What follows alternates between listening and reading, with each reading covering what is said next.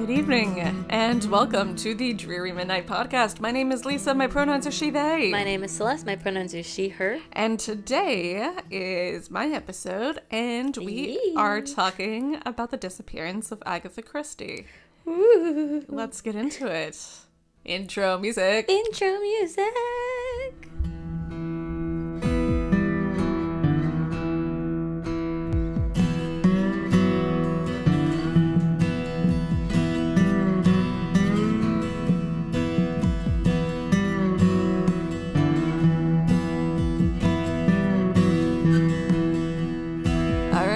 So what do you already know about Agatha Christie? First of all, are you wearing highlighter? Because a little bit. It's so pretty. It's an eyeshadow applied with like a blush brush. Ooh. Yeah. Oh, it looks very good. Thanks. Okay. Yeah. Second of all, Agatha Christie is a famed mystery novelist. Yeah, known as a queen of mystery. Yes. Agatha Christie, the queen of mystery. Hey. But I have unfortunately not read any of her books. I have read a moderate amount. I feel like I've read it. I feel like she's been most of my reading the last like 2 or 3 years. I do know her from a Doctor Who episode. Oh my god. And I know which one you're talking about too, and that's ridiculous. It's a ridiculous episode. It is so ridiculous, but it's so fun. It is. As many Doctor Who episodes are. Yeah. Mystery writer and wrote more than 75 books over the course of 55 years. Christie Holy crap. is her married name to her first husband who. Ooh. But is that an explained? We'll get into it a little bit. Ooh. But in December of 1926, she vanishes for 12 days. So she's born Agatha Miller. Is that what the Doctor Who episode was about? It's been a few years since I watched it. I think it's tying into it a little bit. Okay. But all right, so sorry. I'll let you continue. Yeah. She's born Agatha Miller in September 15th of 1890. She's 22 when she meets her eventual husband, Archie Christie. And according to BuzzFeed Unsolved, her mother didn't like him and said he was likely to be a cheater. Turns out he was a cheater. But that's mother's intuition right there. Yeah, but not until much later that we know about, at least. So was it mother's intuition, or was it a what's it called when you like make something? Yeah, like when you make something come true because you think it's true. Manifesting type of thing. I don't know. But they get married 2 years later, 1914. Archie's home for Christmas Eve. He has leave because he's, I think he was in the Air Force. The Great War is going on, and he has leave. Let's do it quickly. Christmas For those Eve. who don't know, Great War is what they called World War II, World War One, before there was a World War II. So like in DC, if you ever hear about like the DC Great War Memorial, because it was constructed in 31. And yeah, because they didn't know it was the first one. They just thought it was one big bad one. Yeah. So Christmas Eve 1914 is when they get married. Agatha works as a nurse like in their hometown with like the local Red Cross hospital. And 1920, she's 30 years old, and she publishes her first novel, The Mysterious Affair at Styles. Okay. Which introduces Hercule Poirot. That's the guy. Yeah. And I think the most recent adaptation is Kenneth Branagh. Yeah. It was the first of a ton of novels and short story collections. He was her Sherlock Holmes, basically. Yes. And apparently she had at least some connection to Arthur Conan Doyle, which we'll also get into. But also 30 years old. I'm 30 years old. Where's my published novel? I should work on that. Yeah. I mean, do you have a sister who works in the publishing industry? Is the other thing. She also wrote plays, and one of her other giant claims to fame is a play called The Mousetrap. And it set a world record for the longest continuous run at a single theater. What? How long was it run? It debuts in 1952 with 8,862 performances over 21 years at the Ambassadors Theatre in London. And they never took a break? Never took a break. And thing is, theater nerds in the audience are like, but Lisa, Phantom of the Opera was like 30-something years. No, it's just at the Ambassador for 21 years. And then in 1974, it moves to St. Martin's. And when do you think they finally stopped performing it? Are they still performing it? No. Okay. 2001 is what I'm going to guess. They stopped because of COVID. Holy crap. So it was on for like 70 odd years. The COVID pandemic closed theaters in 2020, and that's when they stopped. COVID also took away Alexandria Farmers Market non-consecutive. They stopped it? Didn't they stop it in 2020? I don't remember. If you go on their Facebook, it's like they took a little pause. Yeah. But I don't tell people that. I don't tell tourists that. I just keep saying, not like it is the oldest still running farmers market in the country, and it runs rain or shine. I think there's one tour guide. I don't know if it's Jimmy that goes, except for COVID. Like they stopped for COVID. Yeah. But still, yeah. Either way. But COVID ruined a lot of world records. Yeah. Yeah. But she publishes fairly consistently. Her very first book deal with her first publisher is, I think, it's either a 5 or 6 book deal. 1926, she switches to a new publisher, and her first novel with them is the one that really gets her on the map, because people love to talk about a controversial ending. If you've read Agatha Christie, you probably know of this one. It's The Murder of Roger Ackroyd. I've heard of it. Because we were talking about it today. Yes. Yeah. I had heard of it before you mentioned it. Because it is a very famous novel. Yeah. I have not read it. I should read it, but if you give me spoilers, I don't care. Yeah, so... That being said, there will be spoilers. There will be spoilers. I'll be censoring the podcast, the main broadcast. If you want the full spoiler discussion of Agatha Christie, go to the Patreon. But it's controversial and also really good. Yeah. Apparently. I haven't read it yet, though I put my library hold in today. But nice. If you want to avoid spoilers... Keep listening. Keep listening. If you don't want to avoid spoilers, I'll see if I can do a free thing on the Patreon. Maybe you could put it, is the Patreon, like, is there one that you can put, like, a preview or something? Yeah, I'll see if I can do it as a preview on the Patreon. But this way you can keep listening and still read the book and be surprised. Yeah. And not have to miss our episode. Yes. Because that's more important. Yeah. Yes. World literature or dreary midnight? Clearly dreary midnight, of course. Yes. So. We are world literature nerds, so we're just giving you the Spark Notes version. Yeah. But yeah, so 1926 is a giant year for Agatha, not always in good ways. So first of all, Murder of Roger Ackroyd is published. Good. But controversial. Yeah. It kind of puts her on the map because, get ready for an attempt to censor around these spoilers. The ending is that, because it's narrated. Very Edgar Allan Poe of her. Yeah. And there's all this discourse about, like, implied social contracts, about if it's you have to trust your and it starts the whole trope of, so there's a whole discourse about, like, nobody saying you can't do this, but also no one's ever really done it to such prominence. And that's fun because nowadays there's like a whole, like, being a is not as controversial anymore. Yeah.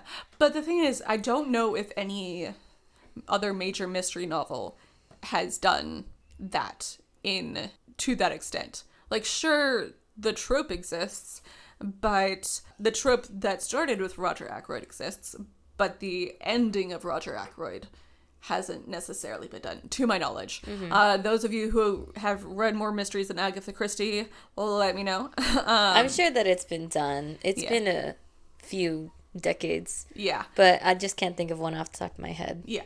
So if there's any other works that have similar endings to The Murder of Roger Ackroyd, let us know. drearymidnightpodcast@gmail.com. Also because I would love to read them. So 1926, again, is a big year for Agatha. So Roger Ackroyd is published with a new publisher. You know, there's definitely movies that do that, though, like Inception. Is it Inception? No, it's Inception not the Inception one. Sorry, what's the other Leonardo DiCaprio one where he's like a police officer investigating something? Shutter Island. Oh, yeah. But isn't that sort of disclosed from the beginning that there might be weirdness going on, or at least implied from the beginning?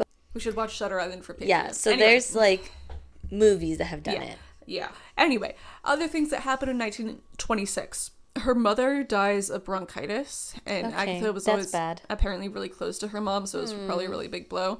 Her father died when she was a kid, and apparently, even though in adulthood with like the writing and her husband's income, apparently in adulthood their finances seemed to solidify, but she was still apparently like more frugal than perhaps her husband would have wanted, because she grew up that way. Yeah, and because like her father died when she was a kid, and there was a lot of money issues as a kid, which makes sense, would come into her in adulthood. Exactly. But yeah, there is apparently enough conflict about that her husband cheated on her. Never a good excuse. Yeah. But it's also 1926, so I can see why there's a lot of stigma around divorce still. Yeah. Was she religious in any way? Do you know? I didn't look into that. I think she might have been, for lack of a better term, socially religious, where she goes to church for the community, but not necessarily the faith. Yeah, but even if you're socially religious, getting divorced is seen as like a no-no. A big ick, yeah. It wasn't impossible. People did it, but it was just not common. Yeah, so like they did it, for example. 1928, they finally, the divorce finally goes through. But according to historicuk.com, December 3rd, 1926, she leaves her young, like 5 or 6 year old daughter with their nanny. Okay. And says, I'm going out for a little while. The next morning, December the 4th, her abandoned car was found several miles away by the Surrey police. It was partly submerged in bushes at Newlands Corner in Guildford, Surrey. And it was apparently resulting of a car accident. Oh, no. The driver was missing, but the lights were still on, and a suitcase and a coat remained in the back seat. And she was the one driving the car. She didn't have her own chauffeur?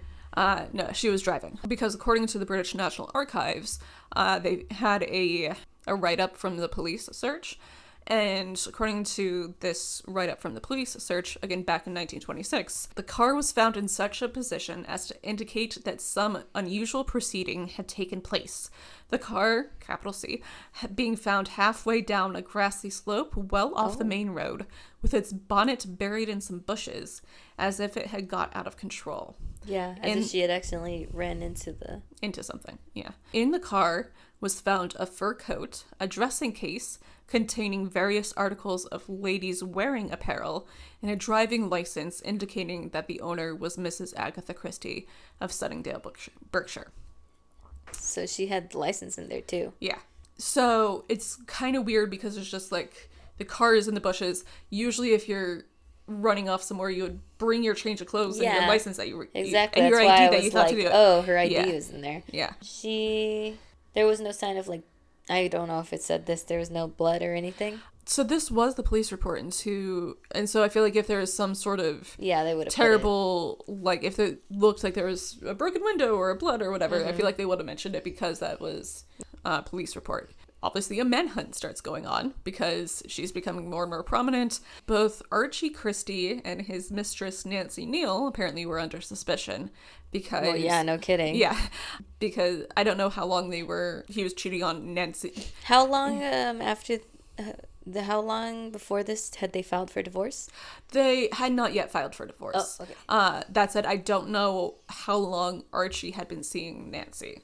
But either way, the fact that Nancy is in the picture is kind of a red flag, right? And local lakes were also dredged just in the event that she wound up at the bottom of one.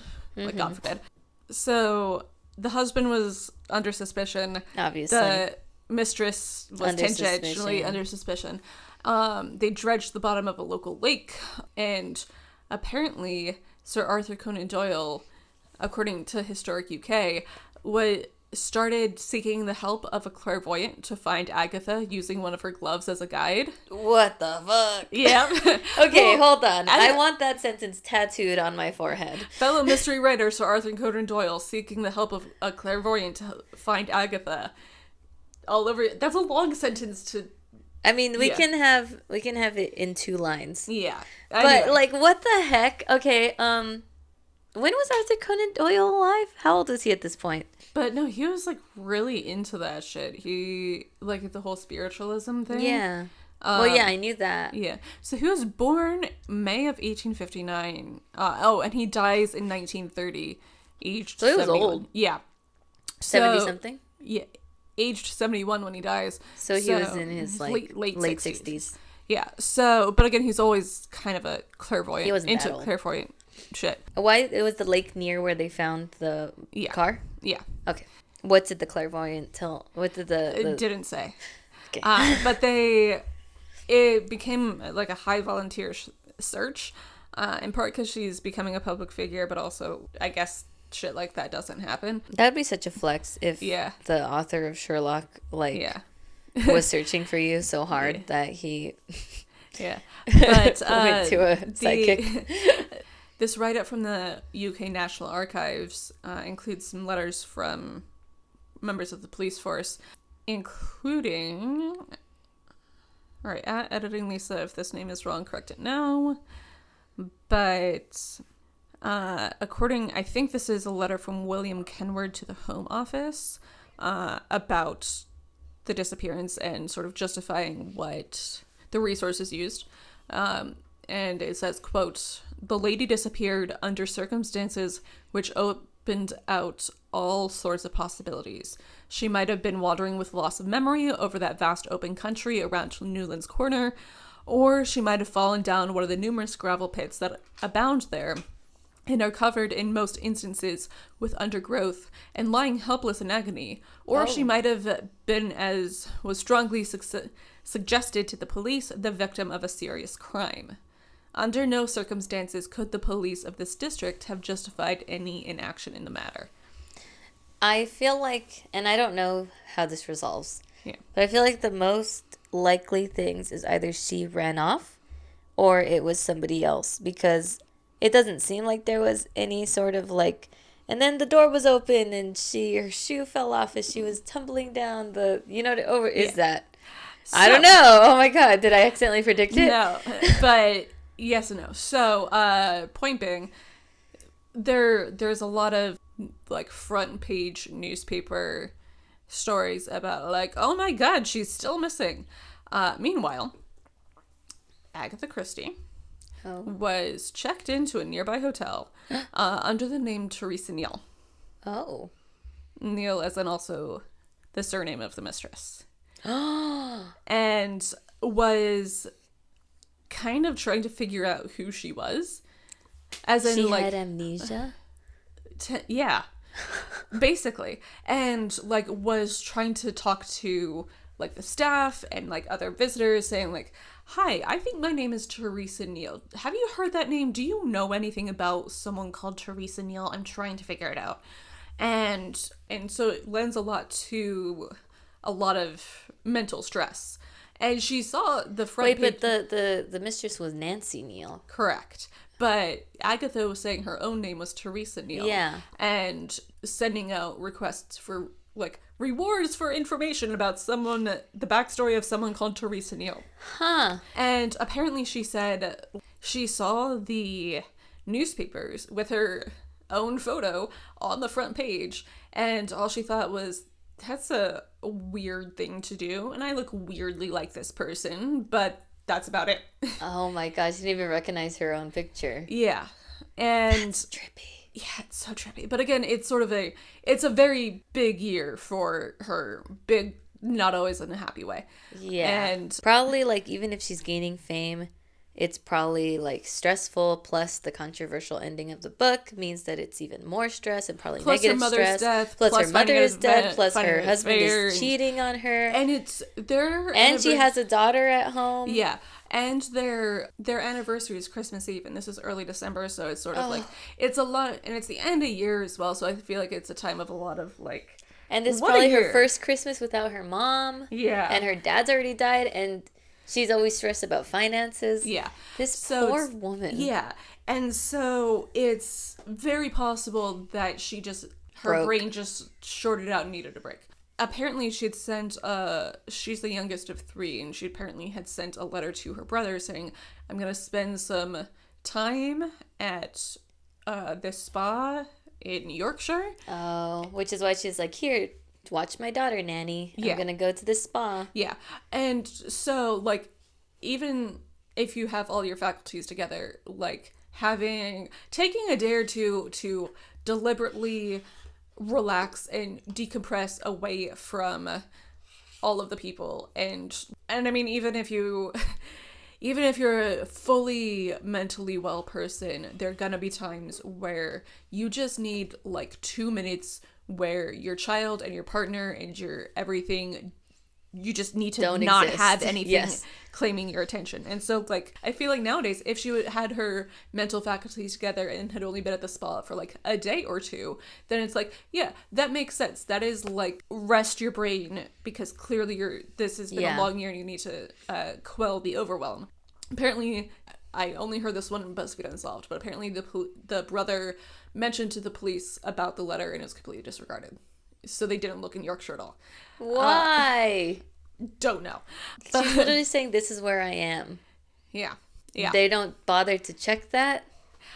Not until one of the waiters at the hotel said, I think this person claiming to be Teresa Neal is actually Agatha Christie. And good on them. Yeah. So again, according to Historic UK, the head waiter at the Hydropathic Hotel in Harrogate, Yorkshire. Who's the head waiter of all people? Not even a door person or like the clerk who checks people in. Just so I feel like I can see two angles of that, right? So I can see on one hand, he's the one who has the brain space to be reading the newspaper and being aware of who's coming in and out. On one hand. On the other hand, it could have been that the lower tier people noticed it and a couple of different people whispered to him a couple of times because he's the contact point, and then him being the sort of intermediary contact point is the one to actually reach out. Yeah, that's fair. Sort of like the manager of, I don't actually know the roles for what a head waiter is in Yorkshire in 1926. From the name, I just assume head waiter as in the person in charge of the wait staff. Yeah. But again, manager tier, he's the one who would be... True. Yeah. And they'd probably be the ones waiting on her, so they would get the most contact with her, as opposed to the person who just checked her in. Correct. Also, it could just be that, like, sometimes people look alike. Yeah. Like, oh, this woman kind of looks like Agatha Christie, but, like, those stories about, like, Dolly Parton who went into Dolly Parton look-alike contest. But, okay, so I'm going to read this entire quote. Okay. It is wild. Let me finish. Please. So, again, according to Historic UK, 10 days later, the head waiter at the Hydropathic Hotel in Harrogate, Yorkshire, now known as the Old Swan, contacted police with the startling news that a lively and outgoing South African guest by the name of Teresa Neal may have actually been the missing writer in disguise. In a dramatic unmasking, which would have been at home in the pages of any Christie novel, Archie, the husband, traveled with the police to Yorkshire and took a seat in the corner of the hotel's dining room, from where he watched his estranged wife walk in, take her place at another table, and begin reading a newspaper which heralded her own disappearance as front-page news. When approached by her husband, witnesses noticed a general air of puzzlement and little recognition for the man to whom she had been married for nearly 12 years. End quote. Go off, Agatha. I hope that hurt him. Yeah. But, so she goes home with him, and eventually did she regain her memories? So if she did, she doesn't talk about it a ton. Like, she obviously remembered that she was Agatha Christie. Well, so the most that I think she personally has disclosed is the whole, like, remember being happy as Teresa Neal and kind of noticing that this person on the front page of the newspaper kind of looked like her, but not necessarily, but she doesn't go into it a ton beyond a couple of details. Like, she mentioned doing the request for information on the backstory of Teresa Neal because clearly she couldn't remember and things like that. But even in her autobiography that was published after her death in 75 or 76, the autobiography was published posthumously and she doesn't bring it up at all. The disappearance? Correct. So after they like, see her at the hotel, they probably explain who she is, and she remembers who she is. Yeah. I think she's put into some sort of mental health treatment for a few months after. The divorce eventually goes through, and she marries again to an archaeologist who's quite a bit younger than her, I think. Good for her. Apparently that marriage lasted until her death, and they were happy together. So, oh, good. Yeah. I'm glad she found happiness. Same. And I hope her daughter was okay too. Yeah. I mean, I think at least did she have any more children?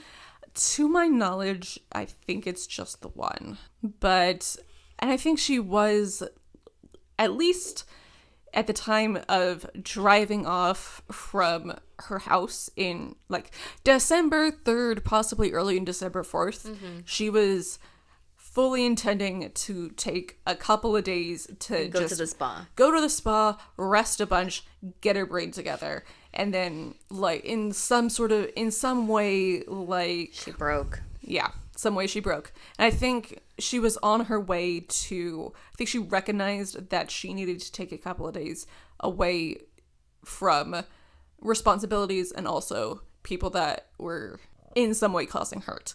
Yeah. And so I think she was trying to, do the responsible thing. Leave the daughter with the nanny. Be away from the house and from the kids and from the husband, and it's close to her anniversary and all these things all together. And so I think altogether she was trying to do the responsible thing of like, let me take 2 days to get my brain together, and then it turned into 10 days of not that. I wonder if she had the break like while she was driving and that's why it veered off, or if that's what caused the break. Oh, the driving off caused the break? I don't know if the driving Maybe. I don't know if the driving off and the crash caused the break, like maybe something kind of toggled in her brain, or if she was going through it while she was driving and that's why. Oh, like she veered, like she was getting into her own head while she's driving, misses the turn and goes into the bushes instead of. Maybe. I don't know. Maybe. I mean, I'm glad she wasn't injured. I'm glad she wasn't dead. Yeah, same. Have you read... Oh, go ahead. Have you read any Agatha Christie at all? No. I have an Agatha Christie book that I was gifted, and I just never read it. And I don't Which even one remember. is it? I don't even remember, honestly. She's written a lot. Yeah, she's written a ton. So there's plenty to choose from. Later works less good than earlier works because she was suffering dementia later on in her life, and so some of the twists are like there's the Roger Ackroyd twist where you have to be very careful with it, and then there's because I think the Roger Ackroyd twist is foreshadowed. I haven't read it yet, so I don't know for sure, but like with the Roger Ackroyd twist, you gotta plant the seeds all the way. And you have to have your faculties around you to plant all the seeds all the way. But some of the twists later on were not... Just came out of nowhere. Yeah. So some of the later twists weren't great. But, again, I haven't read all of them. But my favorites by twist, Then There Were None, Orient Express, Crooked House, Poirot's Last Case. I'll keep those in mind. Yeah. And so should you, dear listener. And if you're gonna do Poirot's Last Case, like read a bunch of Poirot before you do Poirot's Last Case. Just so you know that part of the reason I like the twist for Curtin Poirot's Last Case is because it breaks with the usual pattern of Poirot novels. And those of y'all who have read Poirot's Last Case know exactly what I'm talking about. I have to be part of this exclusive club. But that's so interesting. Yeah. Is that all you have today? That's all I have. It's so... Oh my God, so that was so good. Yes. I see now why you texted me saying you're going to talk my ear off about Agatha Christie. Yes. But if you have any, dear listeners, any favorite Christie novels or favorite by twist, favorite by anything. If you just tell me which one I should start with. Honestly, recommend a book to me. That too. I'm going to say, because I started with Then There Were None, I'm going to tell you to start with Then There Were None. Okay. But they're all really good. Except for, like, the ones in the late 60s. But yeah, if you have suggestions of your own, drearymidnightpodcast@gmail.com, or comment on Instagram @drearymidnightpod. And if you would like to support us with money, get the full spoiler edition of our Agatha Christie book talks, head over to Patreon, patreon.com/drearymidnight. Yes. And with all that said... Always take your mental health days. Yes. Okay? Take your rest days well before you think you need them. Yes. And safe travels home on this dreary midnight. Don't wind up in a bush. Good night.